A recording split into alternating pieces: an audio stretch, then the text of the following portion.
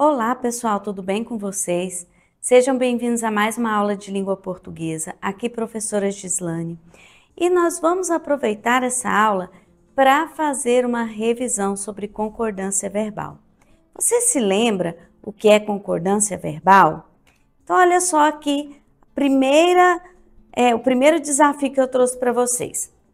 Um dos erros mais comuns que nós cometemos na escrita e muitas vezes na comunicação oral são os erros de concordância verbal. Vamos revisar para não errar? Então, olha só. As regrinhas de concordância verbal. O verbo deve concordar com o número, singular e plural, e a pessoa, primeira, segunda ou terceira pessoa do sujeito. Veja os exemplos. Eu estudo todos os dias. O verbo está na primeira pessoa do singular, concordando com o eu. Vamos olhar? Quando nós aprendemos lá os pronomes, eu, tu, ele, nós, vós, eles. Eu é a primeira pessoa do singular. Então, o verbo estudo, ele tem que concordar com o sujeito, que é eu. Então, o verbo sempre concorda em número e pessoa com o sujeito. Eles estudam todos os dias. Agora, o eles está na terceira pessoa do plural. Então, o verbo estudam está concordando com eles. Muitas vezes no dia a dia a gente fala assim, eles estudam muito. Já viu acontecer isso, né? Eles estudam muito. E passa batido porque na linguagem informal não há essa cobrança, né? Com a concordância verbal. Só que quando nós vamos escrever textos, né? Ou quando nós vamos nos apresentar diante da turma, apresentar um trabalho. Então, nós precisamos ter esse cuidado com a concordância verbal e fazer a concordância correta. Então, eles estudam muito. Ou então, quando o aluno fala assim, nós foi mesmo. Nós foi? Se for na linguagem informal, tudo bem. Mas a concordância correta é nós fomos mesmo. Tá vendo como muda? Isso é concordância verbal, é fazer o verbo concordar com o sujeito a quem ele se refere. Então, sujeito simples. O verbo concorda com o núcleo do sujeito. O menino brinca no parque. O menino é um sujeito simples, eu tenho só um núcleo, né? Que é a palavra mais importante. E o verbo concorda. Os meninos brincam no parque, a mesma coisa. Eu tenho aqui um sujeito simples. Sujeito simples é quando a gente tem só um núcleo nesse sujeito, que é a palavra mais importante, no caso é meninos.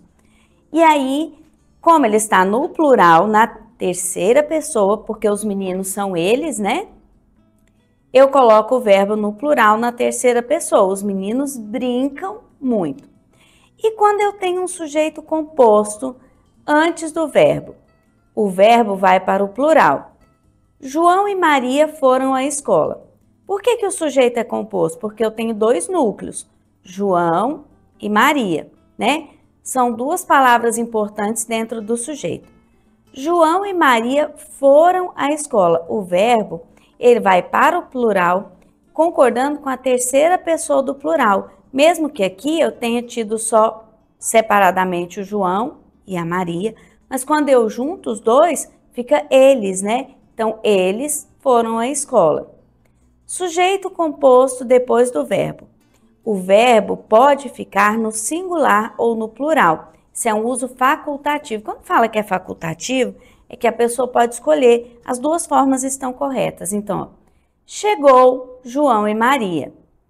Nesse caso, eu posso usar o chegou porque o verbo veio antes do João e da Maria. E aí eu posso deixar o verbo no singular. Ou então, eu posso usar no plural. Chegaram João e Maria. Verbo ser com o sujeito no plural. O verbo concorda normalmente. As provas foram difíceis. Verbo ser com o sujeito indicando hora, data ou distância. O verbo concorda com o numeral. Então, é 1 hora. Porque uma está no singular, não é? São 2 horas. Então, eu não posso falar são 1 hora, tá vendo? Porque uma é singular, não é? Então, é 1 hora. concorda com o numeral, que é uma. São 2 horas. Indefinidos e coletivos. A gente vai ao cinema. O verbo na terceira pessoa do singular. E aqui ele ficou na terceira pessoa porque ele está concordando com a gente, né? E aí ficaria muito estranho se eu falasse a gente vamos ao cinema. E eu vejo muita gente cometer esse erro, né? Então, quando eu uso a expressão a gente, mesmo que ela substitua várias pessoas, o verbo vai ficar no singular. A gente vai ao cinema. A gente gostou do filme. Tá vendo? Então, sempre na terceira pessoa.